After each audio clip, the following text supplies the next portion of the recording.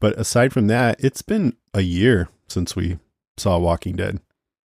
It is bananas, and I was so grateful to you and Rima for doing the recap podcast because I needed it. Listen for sure. That's no, cool. I did. I was listening, and I was like, I do not remember half of this stuff. Like when you brought up Mary, I was like, oh, Mary! Oh my goodness, Mary! She was a character. I think, the time frame has just been unreal. Like so much has happened in the real world. And the show has kind of fallen by the wayside a little bit. So it felt really surreal to think about all the stuff that had happened this season rather than like 5 seasons ago. I know. I mean, it really does just feel like this is a new little mini season and not really part of season 10. 100% agree with you on that. Yeah. I was like, this is just like, it's nice, but it's not season.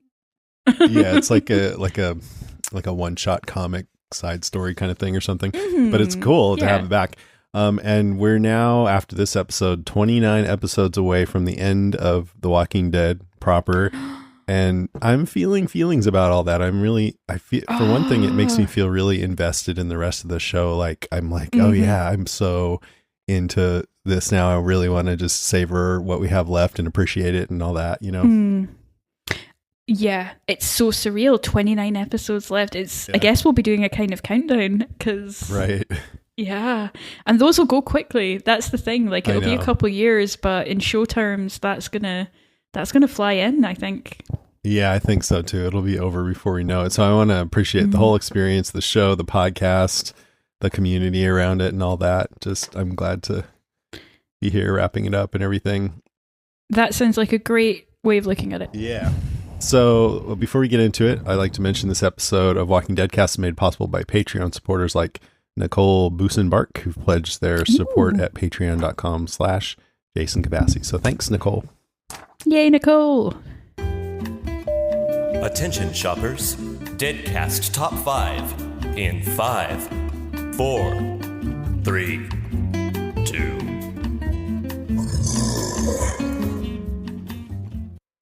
All right, it's our Deadcast Top 5. This time it's our Top 5 highlights for Walking Dead Season 10, Episode 17, the first Episode 17 ever of Walking Dead, called Home Sweet Home. What a crap episode. No, I'm just kidding.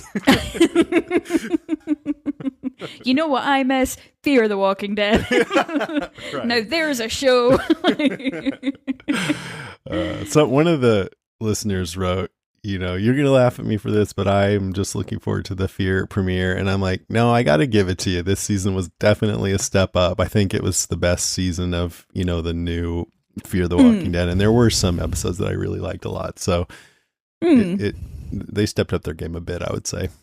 It's acceptable. That's an acceptable response. I'll allow it. So what'd you think of this one?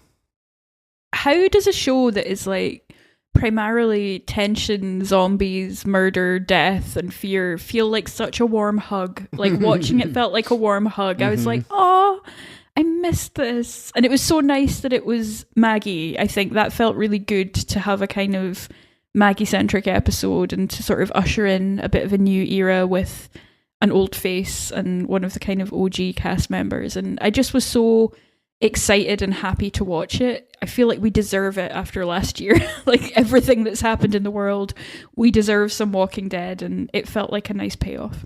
I know. I felt the same way. Like, I don't think I'm judging this episode necessarily the same way I would if it hadn't been a year without any Walking Dead, except for that one episode. You know, like, I'm just like, oh, I'm so glad this is back on. And yes, exactly the same thing. Like, it's really nice to have Maggie back, but trying to be objective about it, I thought it was a good episode. It was interesting to hear what's happened to Maggie since we haven't seen her. And there were some really nice moments. And the second half, maybe felt a little bit more like standard Walking Dead, and these Reapers might feel a little repetitive. You know, I guess we don't know for sure until we learn more about them, but it was still really tense and interesting. And yeah, I thought it was a good episode. I think so. I think it was definitely kind of above a 3.5 for me. Yeah, I would say that for myself too. Yeah. All right. What about the top 5? What's your number 5? So my number 5 is a cheat. My number 5 is just The Walking Dead is back. That just made me so happy just to be back in this world and back with the thing that started it all with the show itself rather than the kind of periphery shows. And I also wanted to shout out, I thought the recap podcast was just so fun with you and Rima, and catching up with a season that was really jam-packed was a really good way to go into this episode and kind of be in the right headspace to get on board with everything that's happened. Because I think the biggest problem they faced, apart from obviously like filming during a pandemic, is keeping that momentum going, because they lost that kind of momentum to the finale, which should have been this like big action piece. And it was still a big action piece, but they lost the kind of crescendo of the Whisperer War a little bit through circumstance. And I think keeping that kind of interest and tension ratcheted up would have been quite difficult. But I feel like this did it quite well. I felt that there was a good amount of sort of tension and interest in this particular episode. So I thought it was a good return. And that was my kind of number 5, was just that this seems like a solid place to start this mini-season of 6 episodes. Mm-hmm. I mean, it's really aftermath. The communities have been devastated. Oceanside and Alexandria are standing, but the kingdom was gone a while back, and now Hilltop's gone. And so we're seeing how they're dispersing people from Hilltop to the different communities, and they get back to Alexandria at the end, and it's not in such great shape itself. So I'm going to full on confess that I forgot that Alexandria was in such bad shape, because we did see that, didn't we? We saw Beta like beating up Aaron, I feel like, in Alexandria towards the end of last season. Like, we knew that stuff had gone down there, or was it a surprise? We saw Beta there with his horde, and he was up on stage, and they were down below. And I can't remember if we saw them actually doing damage, but I think so. And I presume that's where the damage came from. But also the Whispers had been fucking with the place too before that, knocking trees down and stuff like that. I might also be missing some stuff, but yeah. Yeah, because Daryl and Father Gabriel and whatnot, they'd kind of evacuated, hadn't they? They knew they were going to be attacked, so they evacuated. Yeah. And Aaron and Alden were there in the windmill looking down, but I don't think they actually confronted Beta there. No. They ran away. Yeah, because Aaron turns up with Maggie, I believe, in the last kind of finale, or the finale before the finale. I can't remember. There's like 3 one of those finales episodes this season. 3 finales ago, this happened. So I just felt that the return of The Walking Dead was great enough to warrant being number 5. Yeah, it just felt great. As you're talking about that, it makes me think it is, sometimes absence makes the heart grow fonder. And so having all this time to wait, and then also all of us knowing that this is the countdown, it's just really affecting me. Like, and I wonder if it is for listeners too. If you're hearing me talk about this, like, are you just like me, and seems like Lucy here too, just like, we're really thankful to have The Walking Dead back after this absence, and also appreciating it because we know it's going to be over soon. Completely. Okay, my number 5 is Negan, and I almost feel, I've talked a lot about my thoughts about what Negan's role over the last couple story arcs, and how he was with Alpha and all that. So I'm like, I already kind of said a lot of that, and do I really need to go into it more? But it is a big part of the story, so I think it bears talking about, can I just say, I was living a nice, peaceful life without remembering that Negan and Alpha had weird toilet trench sex. And then when I was listening to you and Rima and I remembered, I think I actually went, oh no! really loudly. That was a bold scene, for The Walking Dead. The sock set. Do, oh, when he turns around and she's naked. I'm like, it's kind of icky, but it was really fun. I'm glad they did man. it. Sorry for triggering anyone out there who suffered the same as me. No, so this, when you hear Negan, there's this cart and they're packing it up to go off somewhere, and you hear Negan say, y'all be safe, and then the cart goes away, and then all of a sudden it's Negan and Maggie confronting each other there. And she's like, what the fuck are you doing here alive and out of jail? And he's like, hey, Maggie, I didn't escape, if that's what you're thinking. And she just goes away disgusted, and he's like, shit. And credit to Lauren Cohen for interpreting that whole bit of dialogue with her eyes only, because that's exactly what it was. It's like, what the fuck? Yeah. But, like, he's acting like, oh, God, she hates me, and, I guess I can't blame her. And I'm like, yeah, but, later on when one of Maggie's guys, I think Cole, says, so we all go to Alexandria and live next door to the guy who torched this place, meaning Hilltop. I'm really glad he put it that way, because, I mean, he didn't do the whole thing, but, then Carol reinforces it later. She tells Maggie Negan was with the Whispers that night as they're looking at, the burnt up Hilltop. So it just reminds me that I would be so much more on team let's come around on Negan, he's redeemed himself, if he hadn't just recently helped destroy Hilltop. That kind of undid all this other stuff he's done to redeem himself for me. And plus, we've seen him stand up for how he was in the past. I did what he had to do, so he doesn't totally seem as remorseful as I think he should be, which it makes for a really interesting story. But what you would expect maybe is that they would just have him, after he saved Judith's life couple seasons ago, and do all good things, then it would have been a simpler story where you can be like, no, come on, Maggie, come around on Negan because he's really changed. But he hasn't totally changed. He fucked up big time recently, so it's like it's so interesting because I have so many Negan thoughts as well, because after listening to you and Rima, I was thinking a lot about Negan, and I think we get so blinkered by like the duration of the show and what we see week to week, and it is easy in some cases to forget what's come before.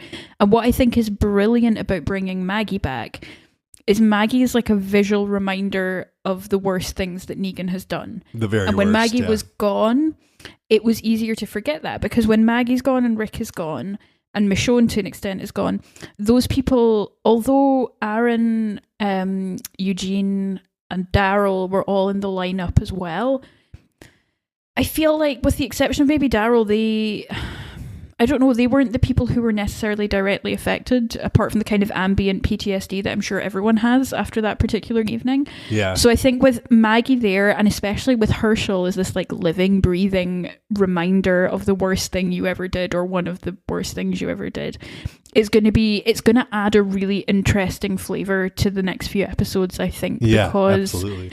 We were, and I'm guilty of this as well, forgetting and forgiving things because they happened a long time ago, and because things fade when you're further away from them. Like, our emotional responses to things dull, and we don't necessarily get them as strongly as we did in the first instance. But seeing Maggie there and seeing that tension, it's just like a gut punch. And I don't think I'm the only one who spent a lot of this episode thinking about Glenn, like a lot of it. Yeah. Like a lot of the action that was happening, I was just thinking, his absence is so felt here. And I think in Negan's face, in the final scene you see where he's standing in his like beanie hat looking like a kind of urban gardener, he's like, I'm rocking this sort of urban garden chic look.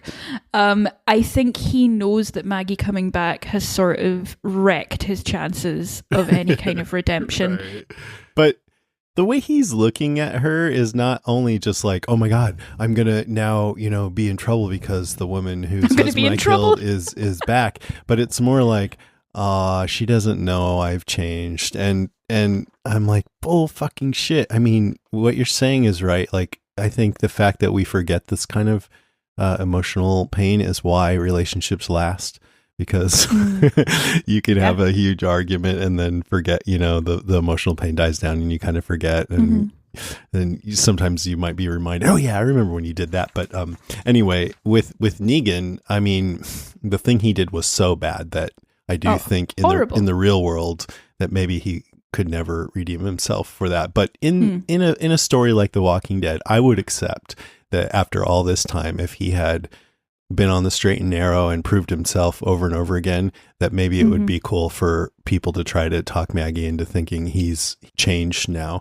But he hasn't changed. He's changed some, but he's still, like I said, fucked up very recently, and Earl's dead because of that, so there's another trauma with Judith. She had to kill a man because of what Negan did. So he's still causing trouble even now. it's hard, isn't it? And I think it's interesting that the characters are kind of lacking a compass of what to do with him. Like no one seems to know. It's quite interesting. Daryl and Carol were like, "Are you around on him?" I don't know. And you're sort of realizing why Daryl and Carol aren't necessarily the leaders, because they're like, I don't know. What do you think? I don't know. They're sort of like, usually like Rick or Michonne would step in and say something, and I don't know. What do you think? And they're both just like, Which is great. I'm glad that they didn't just automatically take up that. Maybe Gabriel would have been more definitive about it. It's interesting, isn't it? Because like Gabriel, who's now like a half smoky-eyed badass, is like, yeah, just kill him. I did think it would be funny when Maggie was standing there staring at Negan if she just shot him. I know. Just killed that storyline. Because they say, she actually says to Daryl later, Carol did what she thought she had to do, and Carol had a good point.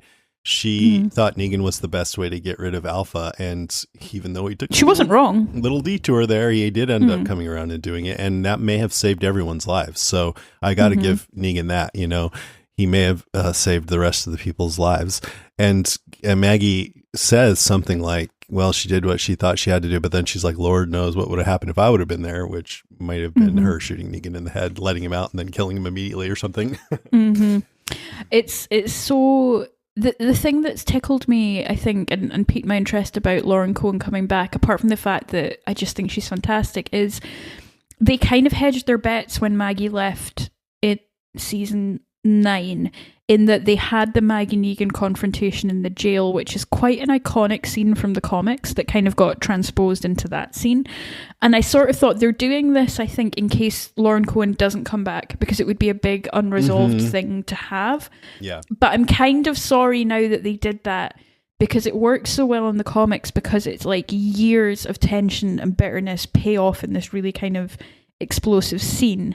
But because they'd had that weird sort of confrontation there, and now this, it feels more complicated, a bit more nuanced maybe. So I'm intrigued to see what happens with it. I get the feeling they're going to try and do something redemptive with Herschel, like Negan's going to save Herschel's life or something. But I mean, it's never ever going to make up for what he did, is it? Like, it's just never going to. Maybe, that would be the one thing that could bring Maggie around, though.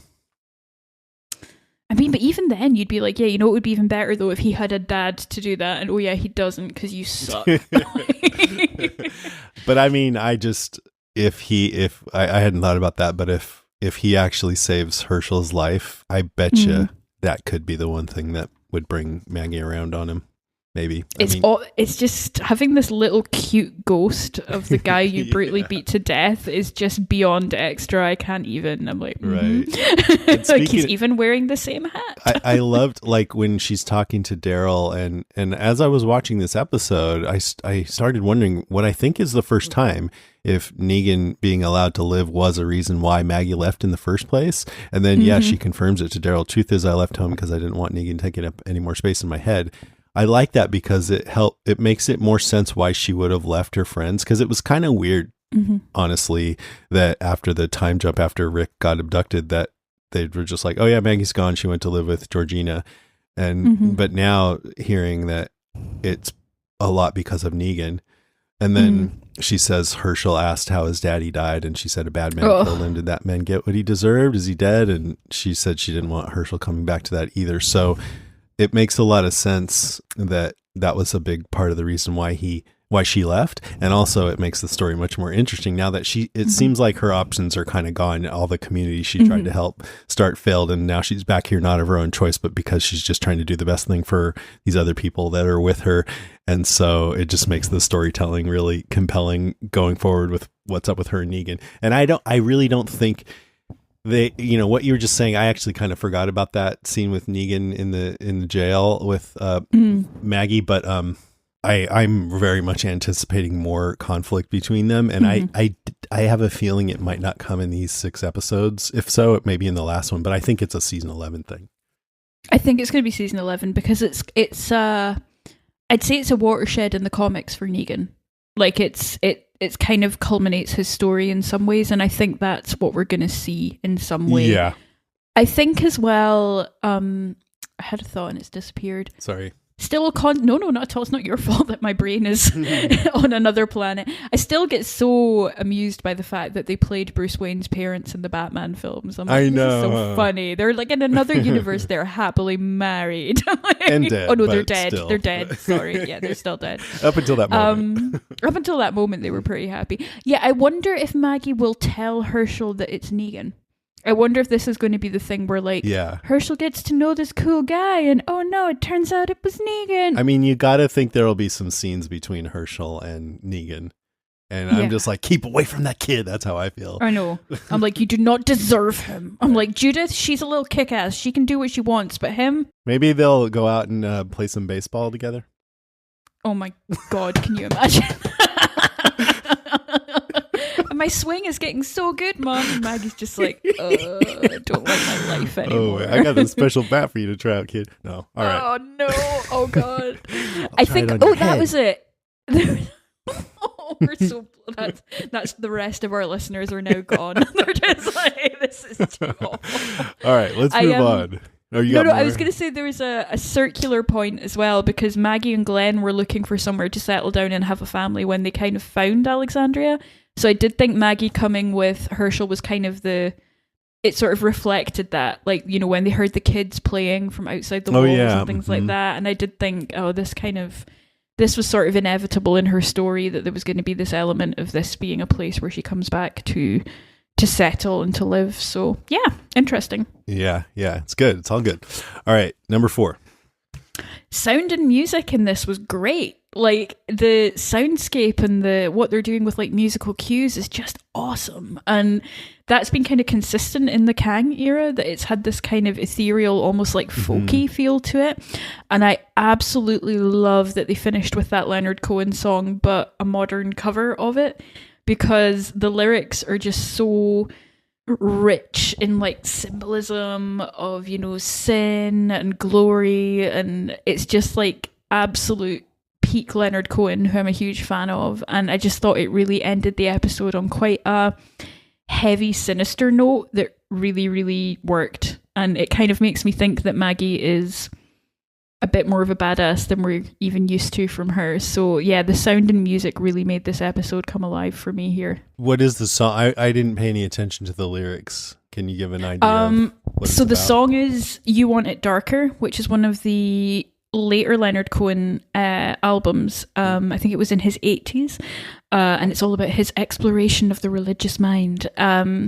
So it's things like, let's have a look: magnified, sanctified, be thy holy name, vilified, crucified in the human frame, a million candles burning for the help that never came, you want it darker, we kill the flame. They're lining up the prisoners and the guards are taking aim. I struggled with some demons, they were middle class and tame. I didn't know I had permission to murder and to maim, you want it darker, we killed the flame. Whoa, that's so it's foreboding. Very supposed sinister. to be a hopeful moment, it felt like, but now I'm like, if you are the dealer, let me out of the game. If you are the healer, I'm broken and lame. If thine is the glory, mine must be the shame. You want it darker, we kill the flame. I wonder if it's more of a Negan song than a Maggie song here, because it's kind of about like, well, I screwed that up. Yeah, it's interesting. I was actually just listening to Leonard Cohen before we started recording, because I was in a very Leonard Cohen mood after that. So yeah, I just thought it was a really good kind of way to end that episode. And I've always had this association with that kind of folksy music with Maggie and with Beth and with Herschel and that kind of era. So it just really worked for me. And the kind of tense sound cues when they were out in the forest and the use of silence and noise was just excellent. Really good. Yeah. You know, when Walking Dead first started, I actually went to Comic-Con for the initial panel before anyone knew anything about Walking Dead. And John Bernthal was there, and Sarah Wayne Callie. I think they were all there. Maybe, I can't remember if Andrew Lincoln was there, but I think so. Anyways, that's amazing. They mentioned that Bear McCreary was going to be the composer, which people flipped out about, because Bear McCreary was the composer for Battlestar Galactica, and that has an infamously great soundtrack. And I always thought Bear McCreary, especially in the early seasons, was not quite living up to his acclaim for Battlestar Galactica. It felt just like a well-scored film in the first 2 seasons or so. Like, not in a bad way. Like, it wasn't bad. Yeah. It was just like, okay, so this is like regular. It's fine, yeah. But I think the best shows, the music really elevates it. And I always come to Lost with Michael Giacchino. It just made that show better because of the music. And I think recently on The Walking Dead, in the last several seasons, actually, the music has jumped up a level and they're doing more dynamic things, and they're embracing the horror movie-ness of it sometimes, which I don't think they did in the beginning, with stings and to help you feel a little more shocked and things like that. And I think there's actually other composers involved in the show now. I could look into that, but I remember reading an interview with another guy, and I think Bear McCreary is still involved, but I just feel like they've learned better how to score this. And I agree with you. I didn't notice particularly in this episode because I wasn't paying any attention, but I have noticed that several times recently that, wow, the music's really good now.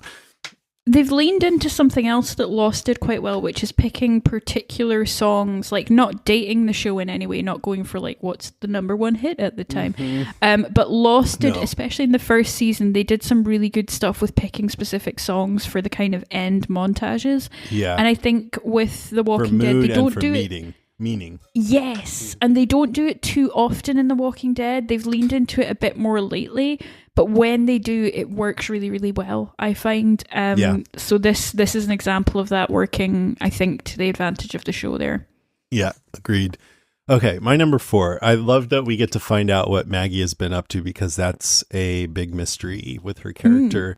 And so we find out that, well, we already knew during the time jump that she went off to live with Georgie's community. And I couldn't remember if they gave a lot of detail on exactly what she was doing there, but at least as of this episode, we know that she was going around building up other communities.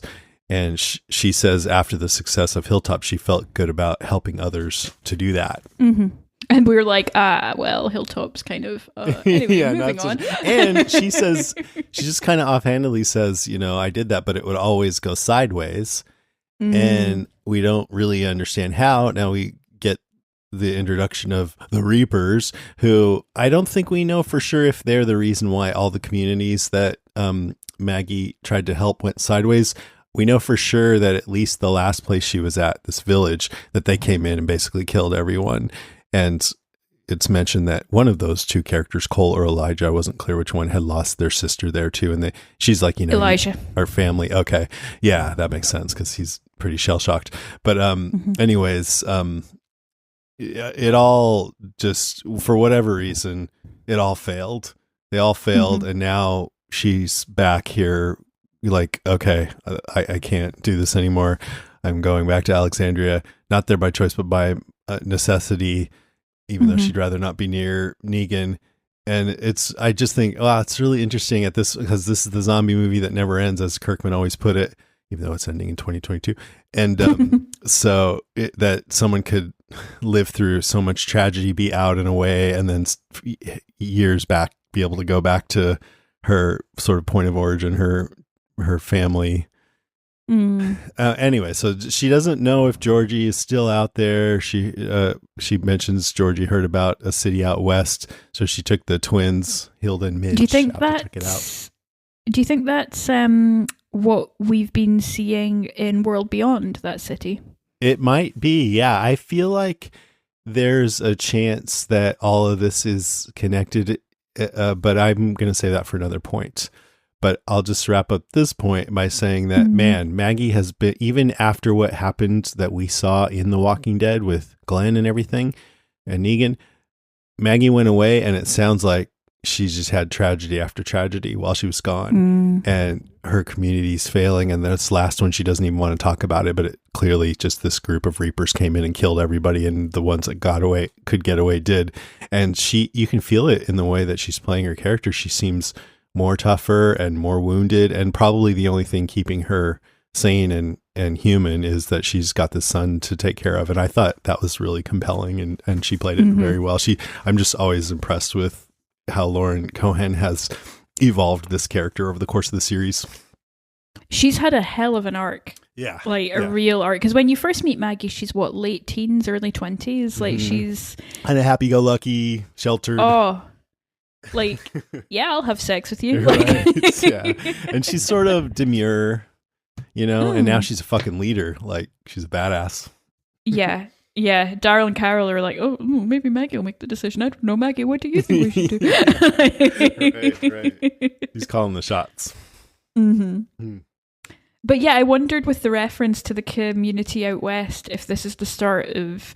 But I mean, we've not seen Georgie in our World Beyond experience, but it's interesting to think that maybe that's, you know, Georgie was starting to move towards Nebraska. Yeah, Nebraska. Yeah, I mean, if you didn't see World Beyond, Lucy and I covered it, and we thought it was good. I mean, it felt a little bit like a teeny bopper CW show in some ways, but I thought it was well done and worthwhile.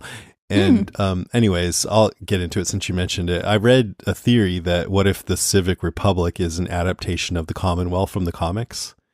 You know, and I was kind of hoping that they would actually they do a little bit of a left turn on us and make the Commonwealth a little less benign than they kind of were in the comics, in my opinion. And maybe Georgie was affiliated with the Civic Republic, you know? Yes. But it looks like we might be getting both. I don't know. Maybe, yeah, who knows? But I mean, just to remind everybody, when Georgie showed up back in season, what was it? Like, it was post like Negan. 6? I think it was maybe 7. Oh, was it? Okay. Anyway, yeah, I think you're right. Yeah. And she gave them this book called The Key to the Future that had all these handwritten plans for like windmills, silos, schematics, and things like that, aqueducts, just instructions on how to build up a community and have things working in a civilized way. And she said a book of medieval human achievement so we may have a future from our past. And that does sound a bit like CRM, you know, just trying to pave the way for the future. She also said, Georgie, something about the best of humanity can build a brighter future. And that feels like CRM only wanting the brightest people, like I've already forgotten her name, but Hope from World Beyond. And so I wonder about it. I think it would seem a little bit anticlimactic to introduce a character like Georgie and then just have her story be that, oh yeah, but all her efforts failed and then she disappeared, and have that told off screen. So I think it would be really interesting. I think it would be much more interesting if she was somehow connected to Civic Republic, but who knows? Maybe not. I think so. It did seem a bit, so that went nowhere. So I'm hoping that we get, it gets, with the end game in sight, I'm hoping that gets tied back together. Yeah, me too. If it doesn't, it's fine, but I think it would make for better storytelling if it was somehow connected, maybe. I don't know. Okay, what's your number 3? My number 3 is Elijah, which is what I've decided to call Kelly and Elijah, because there's obviously something romantic going to happen there. I liked that interaction. I actually really appreciated Kelly in this episode. I liked that they were folding in kind of the new generation. And I liked that Connie hasn't been forgotten. And I actually, for a moment, thought we would get Connie back in this episode. I really thought, I was like, oh no, oh my gosh, Connie. And then I was like, nah, they're probably still filming The Eternals. But they keep mentioning her, which makes me think that she will show up. Because otherwise, I don't think they would keep reminding us of her. Well, there was a sting or a post-credits, wasn't there, of her in the finale? Oh, in the finale. Yeah, the finale, not this, the other finale. Yeah, that's right. I forgot about that. Yeah, the second finale. Yeah, the second finale. You know, not the original finale, the sequel to the finale. Yeah. So I wondered about that. I liked Kelly very much in this episode. I liked her link with Maggie. I liked the big sister, little sister thing. I like that Kelly takes no crap. I think she's a really strong character, and I think a lot of that is Angel Theory. Like, Angel Theory strikes me as a kind of person who takes no crap. And she's been a very vocal advocate for like accessibility issues and things like that. And I think that's really awesome. And I think the way she was with Elijah was just so empathetic and wonderful. And I loved that Elijah took his mask off in this episode, because I wasn't really here for a mask mystery of like, who's this amazing badass behind the mask? We'll never know. Is he horribly burned? Who is this? Oh my god. So I'm glad that we just kind of got a bit of human contact there. And I like the idea that perhaps this character who maybe doesn't talk is going to be with this person who can communicate in lots of different ways. You know, she can sign, she can speak, she struggles with hearing. It just seems like a nice fit. I was a little sad because I'd always read Kelly's character as quite queer. But, you know, she could be anywhere on the spectrum of queerness and still be interested in Elijah. So it works for me. Yeah. I like the two of them. I like that connection. Or she could be hetero and just super tough. Yeah. You know? Exactly. But, I mean, exactly. Yeah, I liked her a lot in this episode too. And, you know, when Elijah, like Maggie introduces Elijah and Cole to everybody, and we've seen Elijah just, you know, with his two, whatever those weapons are, just thrash up hit shit, you know? And so now it just sort of, it felt like to me, it was like, no one's going to bring up that he's wearing this creepy mask. It's like, oh, here's my friend. But I guess it's not polite. And you see all kinds of stuff in the zombie apocalypse. But then it was really interesting to me when that moment where Kelly could sense that he was having a problem, you know, he just sort of paused and he was kind of freaking out, and she asked him to take the mask off, and you could see on his face that he was really anxious. And I think that's a nice metaphor for a lot of tough people who wear their masks and underneath they're scared, you know? Yes. And I also thought it was a great way to show that Kelly is super intuitive, and she goes, yeah, it's a lot, but you're not alone, you and me, okay? Which is a really nice moment. And it does pair well with her intuiting that Maggie had a younger sister. So it made me like her character more, just both of those things. I think I would want Kelly with me in the zombie apocalypse. Yeah. I think I've decided that. I'm like, you're nice. You're like nice to people. Like, you're a badass, but you're effective. also nice. Yeah, exactly. And with Elijah, like, the show doesn't need another superhero. No. So it was nice to see vulnerability. And I'm kind of reading the mask as maybe like a protection thing for him of like feeling overcome by the world. Absolutely. That's why I think it is a metaphor for just people who wear metaphorical masks sometimes to shield what's really going on underneath.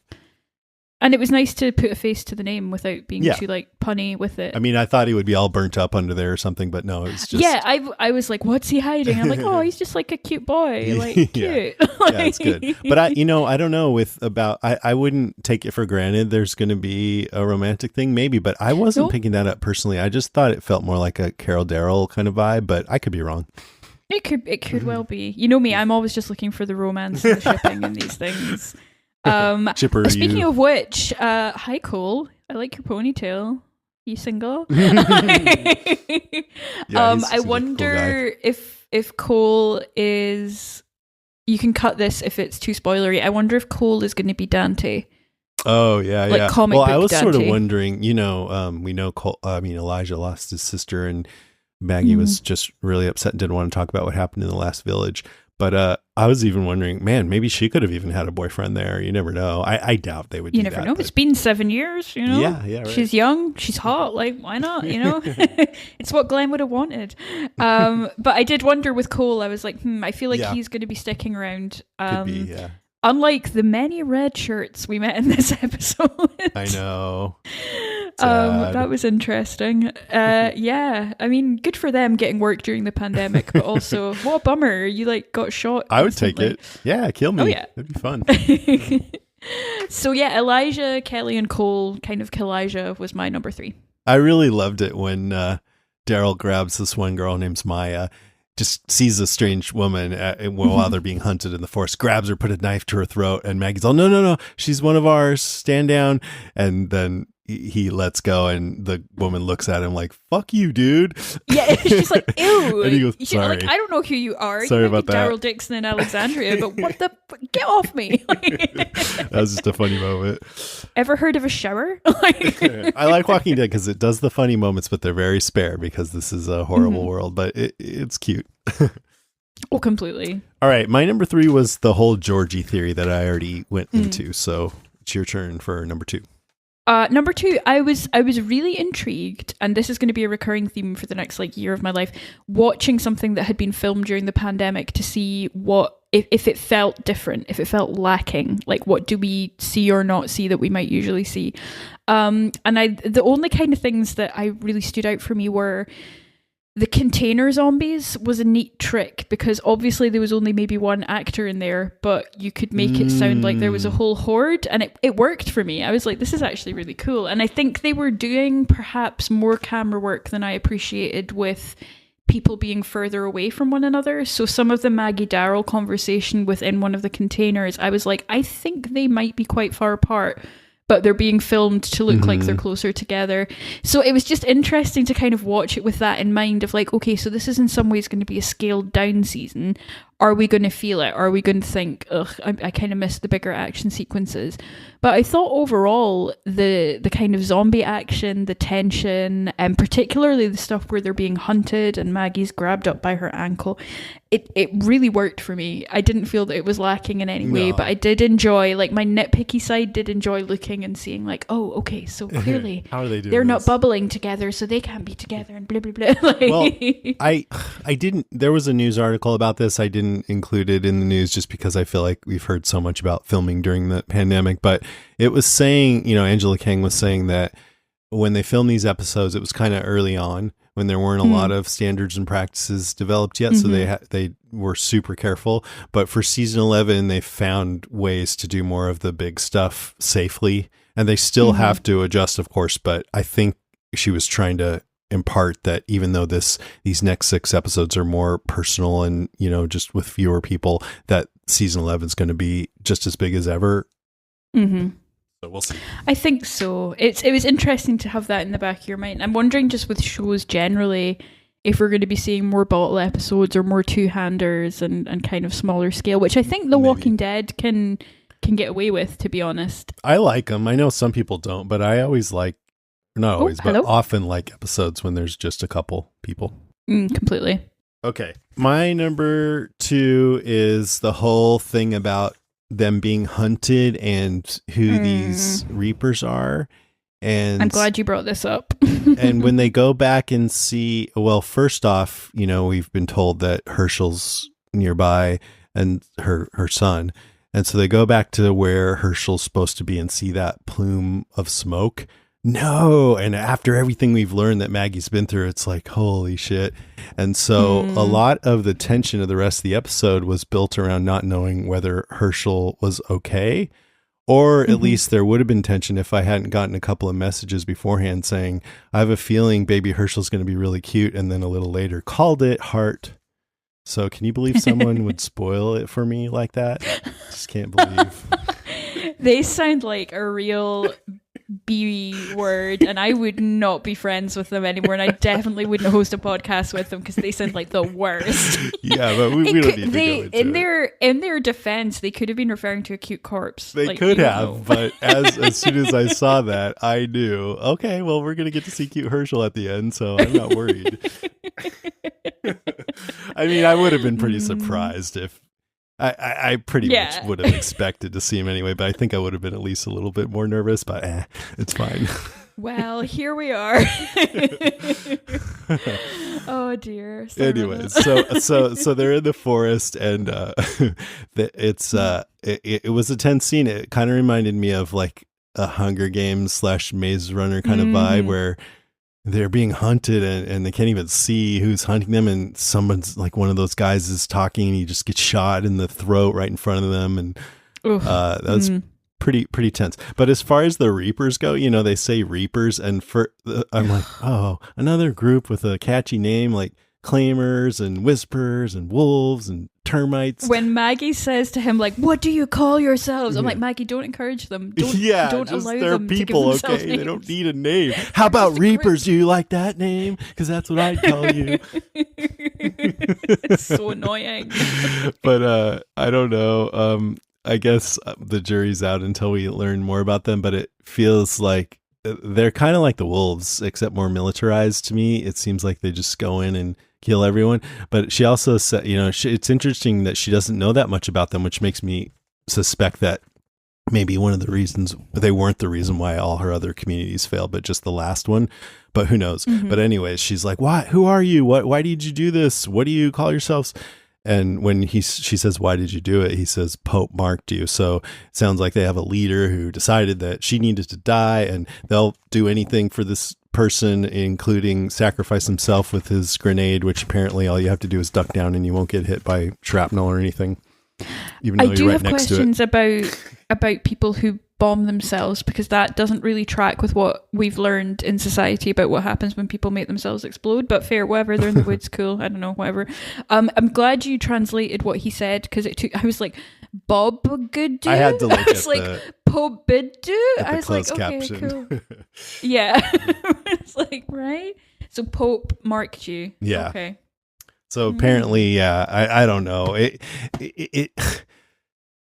just feels a bit repetitive, right? Like I'm not as interested as I would be if we hadn't already seen all these groups of terrible people. We just got through with the Whisperers, and now we have the Reapers. So whatever. It was a real bum note for me, this Was episode. it? Like, Yeah. but then part of me was like, "Ugh, is this just the way shows work? Like, is this just we need a bad guy, so we're gonna have this?" But I'm hoping that this is maybe a mini plot that's going to get resolved in these 6 episodes. Like, I hope it doesn't drag over. I'm just a bit like, Or maybe the Reapers are part of CRM. I mean, I don't think so. maybe.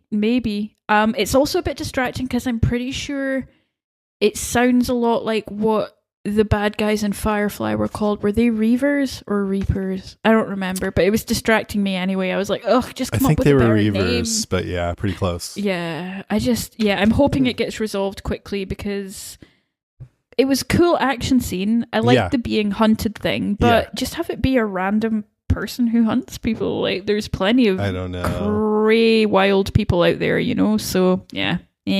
Yeah, I mean, you have to come up with reasons for tension and conflict in the show, but I don't know. This felt like been there, done that. So we'll see. I mean, it's only the first introduction. Maybe it will turn into this amazing concept. Yeah, maybe they'll be the best things we've ever seen. They definitely have hand grenades, so that's something. Okay, number 1. For me, it was, I've just written Maggie, Negan, the whole damn thing, and baby Herschel with a love heart after it. Yeah, Maggie's back, and I'm so happy. It just makes my heart sore to know that we've got Lauren Cohen back. And yeah, I'll hold my hands up to it. I was excited for cute kid Herschel, and I was not disappointed. He's adorable. Me too. Yeah, I really wanted his first line to be "Hey dumbass," but I don't think you can call your mom a dumbass if your mom is Maggie and she's scary. Hey dumbass.